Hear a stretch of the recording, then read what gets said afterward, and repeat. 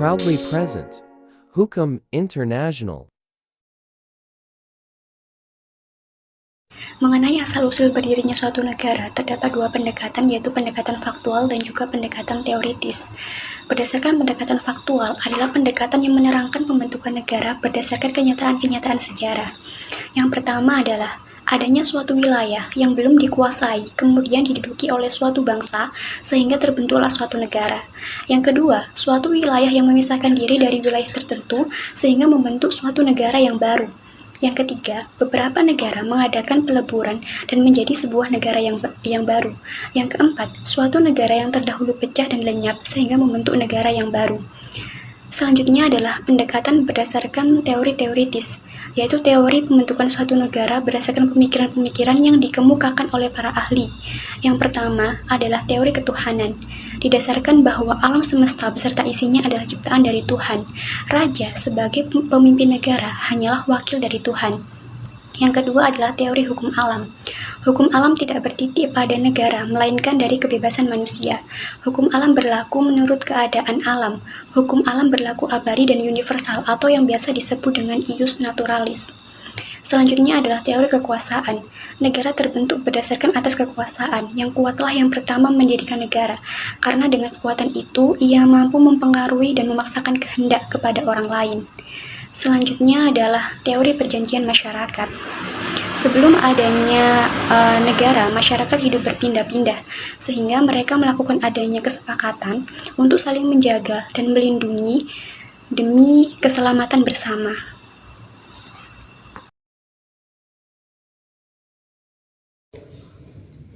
Di sini saya akan menjelaskan mengenai bentuk negara. Nah, bentuk negara sendiri itu merupakan batas antara pengkajian secara sosiologis dan secara yuridis. Nah, secara sosiologis sendiri itu apabila suatu negara hanya dilihat dari keseluruhan dari negara tersebut tanpa dilihat dari isi atau perangkat-perangkatnya. Sedangkan pengkajian secara yuridis itu kebalikan dari pengkajian secara sosiologis, di mana suatu negara itu dilihat dari isi dan strukturnya. Untuk bentuk negara itu ada banyak. Dilihat dari segi perkembangannya itu, bentuk negara itu dimulai pada bentuk negara pada zaman Yunani kuno, kemudian bentuk negara pada zaman pertengahan, hingga bentuk negara pada masa sekarang. Namun dari bentuk-bentuk negara tersebut hanya ada 3 bentuk negara yang terpenting ini menurut teori-teori modern, yaitu yang pertama ada negara kesatuan, kemudian yang kedua ada negara federasi, dan yang ketiga adalah negara konfederasi. Bentuk negara yang pertama yaitu negara kesatuan. Nah, negara kesatuan ini merupakan negara yang terbentuk atau tersusun hanya terdiri dari satu negara saja, dan negara kesatuan ini bersifat tunggal, di mana di dalam negara kesatuan itu tidak ada negara di dalam negara. Negara kesatuan ini hanya terdiri dari satu pemerintahan saja, yaitu pemerintahan pusat. Pemerintahan pusat ini diberikan kewenangan dan kekuasaan tertinggi di dalam segala aspek pemerintahan. Negara kesatuan itu dibedakan menjadi 2 bentuk, yaitu yang pertama negara kesatuan dengan sistem sentralisasi, dan yang kedua yaitu negara kesatuan dengan sistem desentralisasi.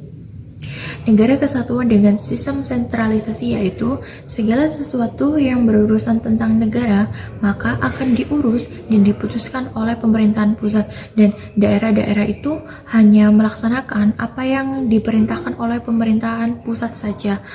Kemudian negara kesatuan dengan sistem desentralisasi itu kebalikan dari negara kesatuan dengan sistem sentralisasi, di mana daerah-daerah itu diberikan atau dilimpahkan kewenangan untuk mengatur daerah rumah tangganya sendiri atau wilayahnya sendiri yang disebut dengan daerah otonom. Bentuk negara kedua yaitu negara federal. Negara federal atau serikat yaitu bentuk negara yang terbentuk dari beberapa negara atau wilayah yang independen atau berdiri sendiri, kemudian memiliki kedaulatan dan yang telah merdeka.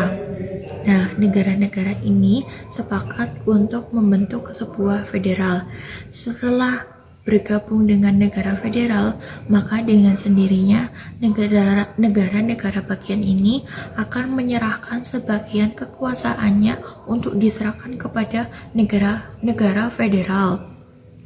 Penyerahan kekuasaan dari negara-negara bagian kepada negara federal ini disebut dengan istilah atau dikenal dengan istilah legitimasi, yaitu satu demi satu, di mana hanya kekuasaan negara bagian-bagian saja akan menjadi kekuasaan negara federal.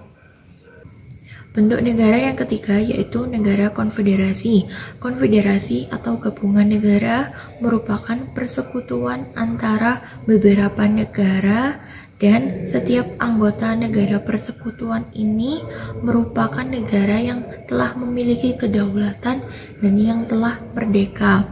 Konfederasi ini atau persekutuan ini dibentuk atas dasar kesamaan dalam hal kepentingan atau dinamika sosial politik global.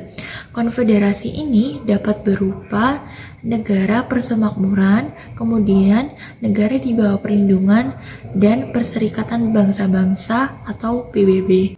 Yang selanjutnya adalah aturan hukum.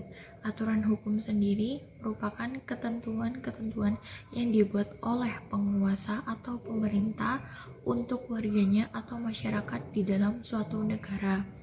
Nah, aturan hukum ini dibentuk untuk mengatur warga negara dalam kehidupan sehari-hari agar tidak terjadi tindakan di luar batas kewajaran.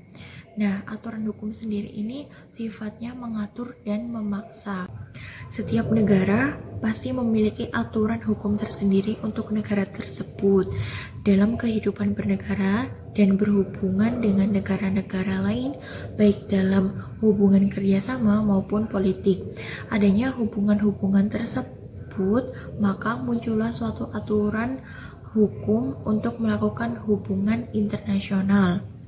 Aturan hukum yang dipakai atau yang mengatur dalam hubungan internasional adalah aturan hukum internasional. Internasional sendiri tidak memiliki badan supranasional yang memiliki otoritas untuk membuat dan memaksakan suatu aturan internasional kepada masyarakat internasional, dan hukum internasional ini tidak memiliki aparat penegak hukum yang berwenang untuk menindak langsung negara yang melanggar hukum internasional. Namun dalam praktik kehidupan, masyarakat internasional mengakui hukum internasional sebagai hukum yang sesungguhnya. Hakikatnya, hukum internasional adalah hukum yang sesungguhnya.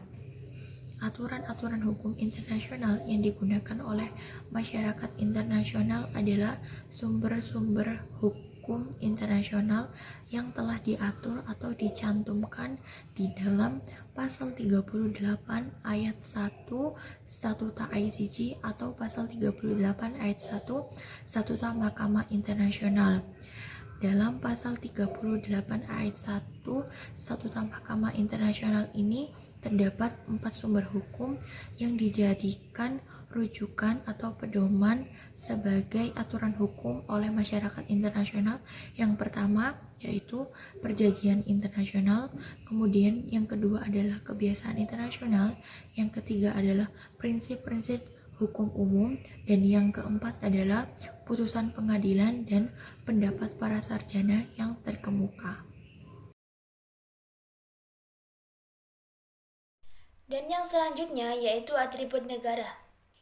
Atribut negara adalah segala elemen yang membentuk atau menjadi ciri khas maupun simbol kekuatan dari negara itu sendiri.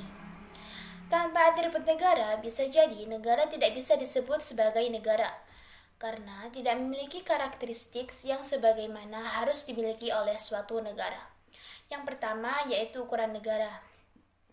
Ukuran negara biasanya dikaitkan dengan tujuan negara dalam melakukan proses pembuatan kebijakan atau kerjasama luar negeri. Negara-negara kecil biasanya melakukan ekspor-impor dengan negara besar guna menguntungkan di antara keduanya. Kemudian yang kedua yaitu sumber daya alam. Sumber daya alam merupakan faktor penting yang harus dimiliki oleh suatu negara. Karena dengan sumber daya alam, kita bisa melakukan hubungan kerjasama antar negara dalam lingkup internasional. Kemudian yang ketiga yaitu geografi. Geografi juga merupakan faktor yang sangat penting dalam membangun suatu negara. Geografi yang dimaksud di sini ialah aksesibilitas untuk mencapai wilayah kelautan, kemudian kawasan strategis dan batas negara. Wilayah kelautan merupakan jalur strategis untuk kita bisa melakukan kegiatan ekspor impor. Dan batas negara juga sangat berpengaruh guna mengambil kebijakan di luar negeri. Selanjutnya yang keempat yaitu sistem politik. Model sistem politik yang digunakan oleh suatu negara juga sangat berpengaruh untuk melakukan kebijakan dengan negara yang lain nantinya. Sistem politik yang sedang dilanda konflik otomatis tidak akan ada yang ingin melakukan hubungan dengan negara yang bersangkutan. Dan yang terakhir yaitu kapabilitas ekonomi. Perekonomian juga sangat berpengaruh sebagai atribut negara. Jika negara yang bersangkutan memiliki perekonomian yang berkembang, maka tidak jarang negara lain ingin melakukan kegiatan ekspor impor dan sebagainya, juga sebaliknya. Saya akan menjelaskan mengenai cara-cara perolehan wilayah. Cara-cara perolehan wilayah berhubungan dengan hukum perdata yang mana metode-metode yang akan saya jelaskan di bawah ini bersangkutan dengan cara perolehan kepemilikan pribadi. Yang pertama yaitu aneksasi. Aneksasi adalah suatu metode perolehan kedaulatan wilayah yang dipaksakan. Tetapi jika suatu aneksasi yang diperoleh dari agresi kasar yang dilakukan oleh satu negara terhadap negara lain, atau yang dihasilkan dari penggunaan kekerasan yang bertentangan dengan piagam PBB, tidak boleh diakui oleh negara-negara lain. Kemudian yang kedua yaitu agresi.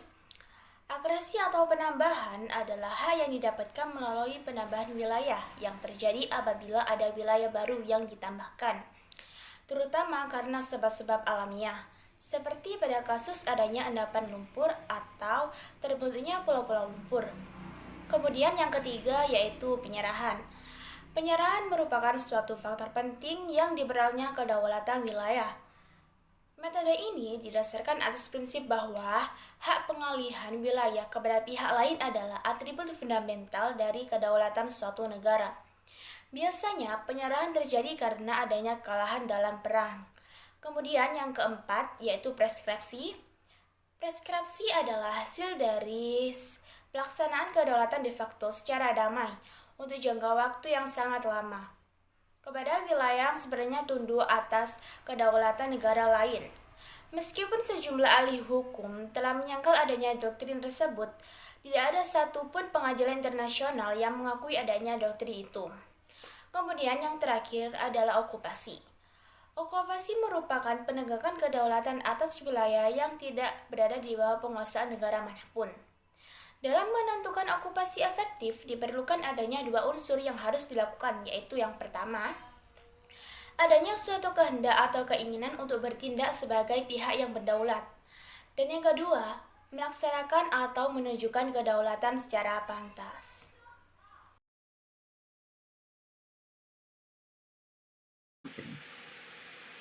Ajaran atau doktrin ahli hukum terkemuka dapat dikatakan bahwa penelitian dan tulisan yang dilakukan oleh para sarjana terkemuka sering dapat digunakan atau dipakai sebagai pegangan atau pedoman untuk menemukan apa yang menjadi hukum internasional. Walaupun ajaran para sarjana sendiri tidak menimbulkan hukum. Apabila ahli tersebut bertindak dalam suatu fungsi yang secara langsung berkaitan dengan persoalan hukum internasional yang dicari, penyelesaian seperti misalnya panitia ahli hukum atau komisi orbit yang diangkat oleh PBB pada tahun 1920 memberikan pendapat mengenai masalah kepulauan alam. Contoh lain, pendapat para ahli sarjana hukum. Adapun contoh doktrin yang dijadikan sebagai sumber hukum dunia, yaitu salah satunya adalah doktrin mazhab, sejarah, dan kebudayaan. Dan doktrin aliran realisme hukum, doktrin aliran sociological jurisprudence. Doktrin mazhab, sejarah, dan kebudayaan ini dipelopori oleh seorang Jerman yang bernama Friedrich Karl von Zawinski. Beliau berpendapat bahwa hukum sejatinya berasal dari masyarakat dan bukan berasal dari undang-undang. Apa maksudnya? Hukum itu terbentuk dari kebudayaan, adat istiadat, serta kepercayaan. Dalam doktrin aliran sociological jurisprudence yang dipelopori oleh Eugene Ehrlich yang berasal dari Australia, beliau mengatakan bahwa hukum sejatinya berasal dari masyarakat itu sendiri, yang dimana berarti hukum tersebut tidak berasal dari lembaga-lembaga manapun, melainkan dari masyarakat itu sendiri. Berbeda lagi dengan doktrin aliran realisme hukum, yang dimana dalam doktrin ini diprakarsai oleh 3 orang, Oliver Wendell Holmes, Jerome Frank, dan Carl William. Mereka berpendapat bahwa hukum itu berasal dari hakim dan bukanlah berasal dari masyarakat. Sehingga peran hakim tidak hanya sebagai penegak hukum, namun juga sebagai pembentuk daripada hukum tersebut. Hak dan kewajiban negara tertuang di dalam Declaration of the Rights and Duties of Nations tahun 1949 yang memuat acuan yang dijadikan tujuan setiap bangsa dan negara. Yang pertama adalah hak atas kemerdekaan, adalah hak setiap negara untuk bebas dari peperangan, kolonialisme, dan perbudakan yang mengancam kedaulatan sebuah negara. Yang kedua adalah hak untuk melaksanakan yurisdiksi atas orang, benda, dan wilayahnya. Artinya, setiap negara berhak untuk melaksanakan kewenangan dan menegakkan hukum di wilayah negaranya. Selanjutnya adalah hak untuk mendapatkan hukum yang sama, artinya adalah kedudukan yang sama di mata hukum internasional. Dan yang keempat, hak untuk membela diri sendiri. Selanjutnya untuk kewajiban, yang pertama adalah kewajiban untuk tidak melakukan intervensi atau mengurusi urusan negara lain. Yang kedua, kewajiban untuk tidak memprovokasi pergolakan sipil di negara lain. Yang ketiga, kewajiban untuk menghormati hak asasi manusia. Yang keempat, kewajiban menjaga wilayahnya, sebab setiap negara memiliki kedaulatan mutlak untuk melindungi diri dari ancaman yang terjadi di wilayah negaranya. Yang kelima, kewajiban menyelesaikan sengketa secara damai. Yang keenam, kewajiban untuk tidak menggunakan kekuatan atau ancaman senjata.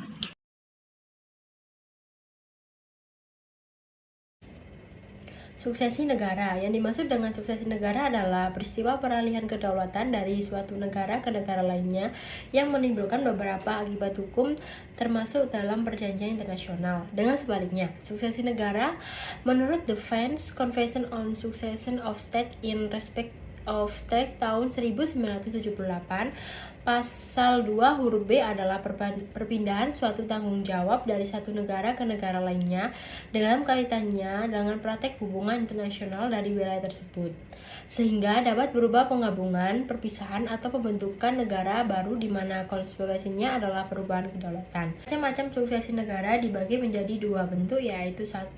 Suksesi universal. Suksesi universal merupakan apabila suatu wilayah dalam negara habis terbagi menjadi masing-masing bagian atau bisa juga digabungkan dengan wilayah negara tersebut dengan negara lain, sehingga suksesi ini menghilangkan bentuk international identity dari prosedur state. Contohnya adalah wilayah Uni Soviet yang habis terbagi menjadi negara-negara baru. Yang kedua yaitu suksesi parsial. Pada suksesi bentuk ini, suatu predator state masih eksis tetapi wilayahnya memisahkan diri menjadi successor state dengan cara memerdekakan diri atau bergabung dengan negara lain. Contoh kasus Republik Sudan yang memutuskan untuk memisahkan diri dari Republik Sudan. Walaupun Republik Sudan Selatan setelah memisahkan diri dari Republik Sudan, namun masih eksistensi Republik Sudan menjadi predator state masih ada dan masih memenuhi kapasitas sebagai subjek hukum internasional. Prinsip-prinsip suksesi negara yang ke-1 yaitu Yeoman Doctrine atau Universal Doctrine. Teori yang menyatakan setelah terjadi suksesi negara, maka dengan sendirinya hak dan kewajiban predator states menjadi milik successor states. Yang kedua yaitu Clean States Doctrine. Teori yang menyatakan bahwa saat terjadi suksesi negara, successor state dinilai sebagai lembaran baru di mana segala hak dan kewajiban dari predator states tidak beralih pada successor state kecuali dikehendakinya atau Ernst Coase. Teori yang ketiga yaitu teori yang ditentukan oleh the Vance Convention on Succession of States is in respect of states on 1978 dan the Vance Convention on Succession States is in respect state poverty, hardship and death on 1983. Teori yang muncul akibat keberatan dari dua teori di atas sehingga diputuskan berdasarkan Konvensi Wina 1978 dalam kaitan suksesi negara yang terikat dalam perjanjian internasional dan Konvensi Wien 1983 tentang suksesi yang berkaitan dengan state property, arsip negara dan hutang melalui kesepakatan yang diputuskan dalam perjanjian peralihan devolution agreement. Sekian, terima kasih. Thank you for watching. Have a nice day.